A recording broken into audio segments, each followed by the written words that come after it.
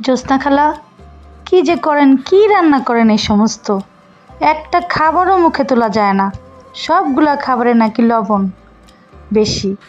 আপনার স্যার তো মুখেই তুলতে পারে না, এক ফোঁটা ভাত খেতে পারে না। একটু মনোযোগ দিয়ে রান্না করেন।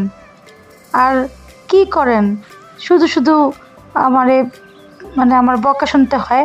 এই যে আমি বলি 100 বার যে বাথরুমের ভিতর থেকে ময়লা ঝুঁইটা নিয়ে ময়লা লাগিয়ে দিবেন, কই তাও তো দেন না, সেটার জন্য আমি বকা খাই।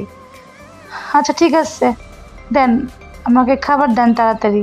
আর ডিম ভাজাতে লবণ দিয়েন না। আর বিড়ালদেরকে একটু খাবার দিন, কাঁটা বেছে দিয়েন, মাছের কাঁটা খেলে বিড়াল বমি করে দেয়।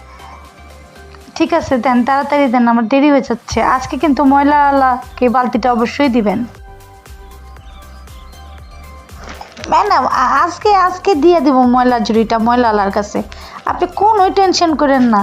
আর শুনেন, আমার যে কোন যেই খাবারে লবণ হয়েছে, আমি কই যাবো কোন তো দিকে? আপনার মা সারাটা দিন খালি কয় এই যে একটু একটু করে লবণ দেস, এই লবণ তো কোনোই হয় না, আর একটু দে লবণ।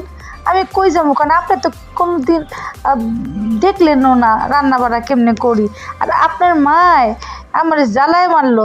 আর আপনি তো থাকেন না, আর আপনার মায় খালি আমার এরকম রান্না করার সময় পিছনে দাঁড়ায় থাকে, আর আমারে খালি কয় লবণ বেশি দে। তা আমি কই যাবো, কোন দিকে যাবো?